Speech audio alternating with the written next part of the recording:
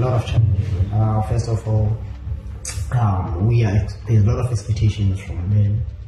We're expected to be strong, and also we're expected to provide. Some other men, when they fail to do so, they kind of commit some suicide, and others they would kind of feel less of a man because of those society expectations.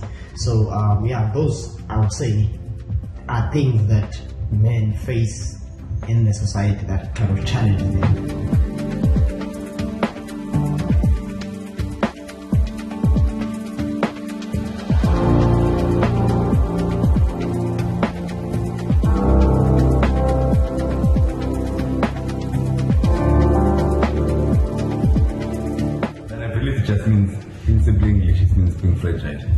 Either emotionally, mentally, or physically fragile.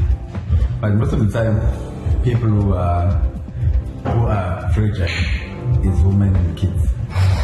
So those group of people, they always require someone with a rich structure next to them. But just like hormones, in the human body, both genders have every human. One gender has every hormone the other gender has. It's just that they are in different volume. So also men can be vulnerable, but not as much more frequent as women. Okay. So it's very dangerous when the time comes for women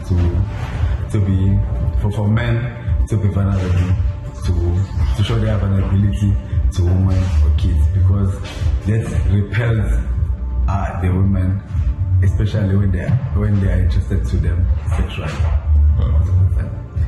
So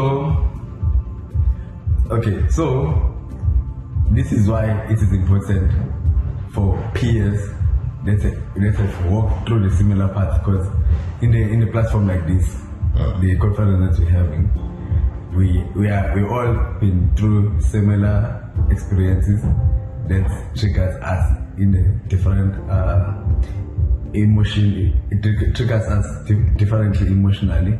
So this is why we can share and maybe use this as a therapeutic gathering.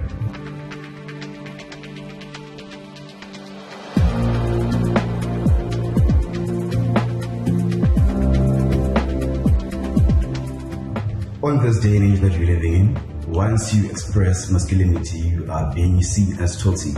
So masculinity is now used parallel with the term toxic. And it's not entirely that same way. Gender roles are there for a reason, and we all know that. And that's because we are even structurally wired differently.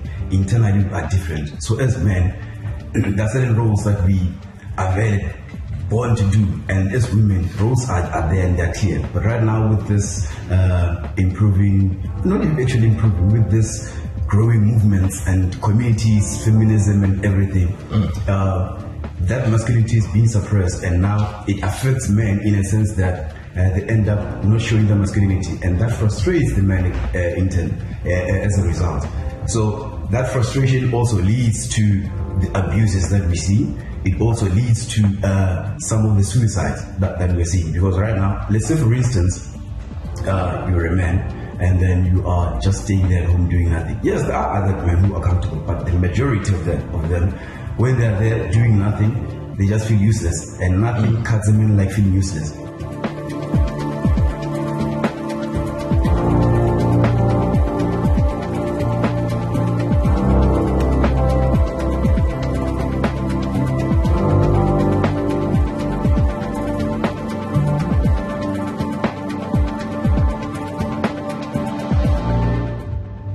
As men, we are raised to be strong. So if let's say if I'm having issues, it becomes difficult to look for help, because it's like we are being judged, or we are seen as if you are weak if you go through such stuff. So it becomes a challenge. Okay. Because we have to be strong. We are, from the very young age, we are told that a man doesn't cry and all that stuff. So you grow up with that mindset of you have to always represent yourself as somebody who's strong, and if you go through stuff, you can't talk about such things because people will think you are weak. We have to create sort of safe spaces where at least men talk to other men. At least we won't be judged, because I'm sure there's, for example, let's say if I'm going through some stuff, maybe you also going through some stuff and you can't talk about it, but if I talk about my stuff to you, and then it becomes easier if we sort of have a safe space where we know we're not being judged.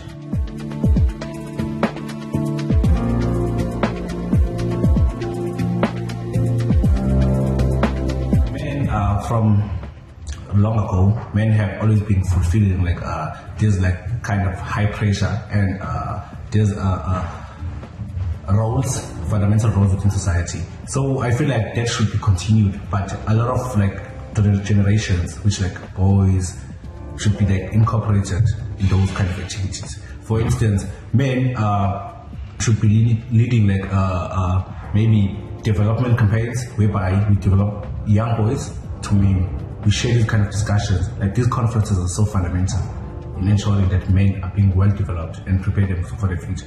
For instance, men or boys, for instance, there's a significant gap whereby there's a lack of knowledge which is shared from generation to generation. So us as young men, we find it hard to maneuver and triumph through some sort of experiences. For instance, we seem like whatever we're going through, there's no solution for it because there's no one who share the experiences and constructs us based on their experiences going forward.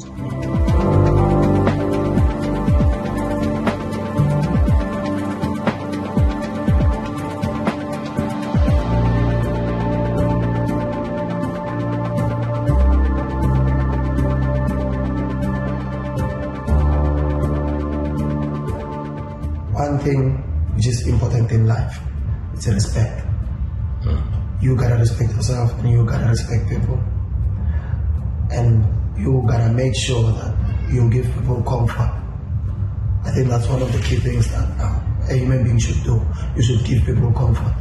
So the minute you provide comfort to the people, the minute people open up to people, the minute as a man you open up to people, everybody gets the opportunity to get closer to you, speak something to you. And another key thing, as a human being, you're not living alone in this world. So this simply means someone's opinion also values. If it doesn't, even if it doesn't value to you, but at least give the person a room of opinions. Give someone an opportunity to feel that I can put my opinion and feel that my opinion is valued. Yeah. So the minute you offer that room to everybody, it's easier for people to come and feel free in your circle, communicate with you or do whatever that they would like to do with you, and not to miss out on the gender part. The gender part, I assume it includes all the genders, male, female, gays, lesbians, bisexuals, all of them. Look, I said it at first, respect. If you respect someone's gender, the person will feel free to communicate with you. The person will feel free within your circle.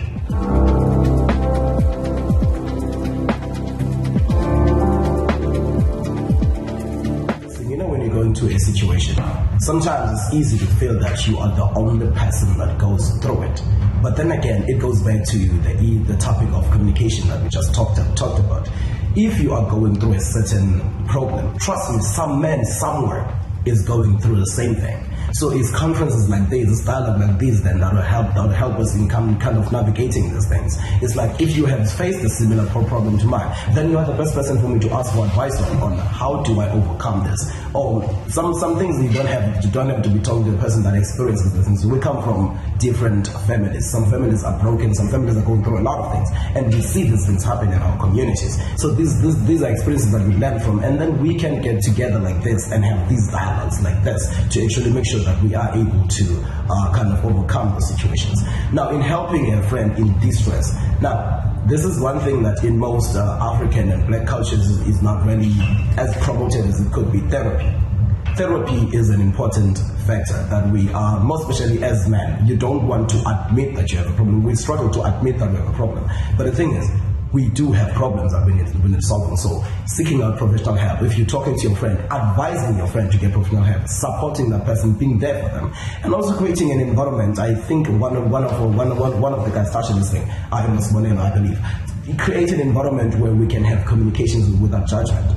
If you are going through a problem, I should not view you as weak or whatever. Instead, I should help you in overcoming that problem. Sometimes you don't have help. Sometimes the guy, they know what help they need, but they are afraid to go getting it. Now, being the listening ear, being there for the person, listening to them talking. And we have this thing, like when a person tells you a problem, as men, we are wired to come up with solutions, right? But sometimes it's not necessary. If I come to you with a problem, I just need you to listen sometimes. So we need to be active listeners. And also, again, I cannot stress this enough, stay clear of judgment. Stay clear of judgment. If I come to you with my problem, irrespective of how lame you think the problem is, you should understand that it might not seem like an issue to you because our stresses are not the same. But to me, it's a big issue. Yeah. Sometimes we talk about people committing suicide, like I'll never commit suicide for that. But the thing is, you have a very different support system. You grew up differently, so you don't view things the same way that another person is. And as far as sensitivity, we're not sensitive to issue in the same level. So you need to understand that, and also we need to then create a space for your partner or your friend to actually be able to discuss that with you without you judging them. I think that is my take on it.